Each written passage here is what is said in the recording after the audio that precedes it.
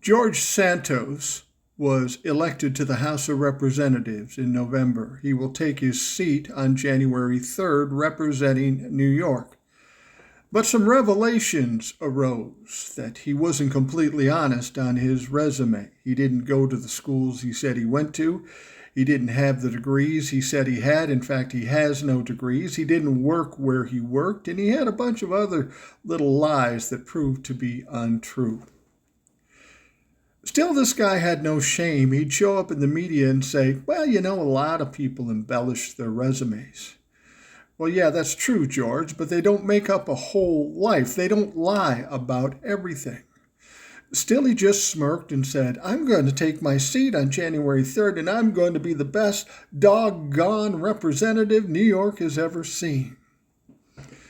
Well, with a guy like this who has the propensity to lie, let's call him a pathological liar, there's more to be found with George Santos.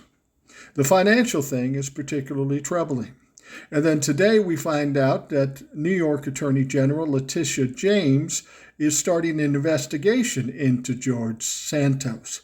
Well, that's of a horse of a different color, because we know Letitia James doesn't fuck around. And we know there's some deep, dark secrets that we don't know yet about George Santos. Now, Santos has been very smug coming up on January 3rd, but I gotta think he's a little fucking nervous now. Because if there are things to find about him that are illegal, and I'm sure there are, Letitia's going to find him. So just like Donald Trump, George Santos is fucked. I wouldn't look at getting an apartment in Washington, D.C. because you won't be there long enough to actually set up roots. George, you're one of those people that bullshit your way through life.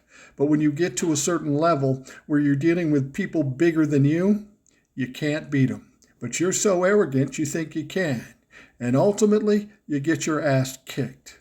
So, George, get ready to get your ass kicked. It's not going to go well.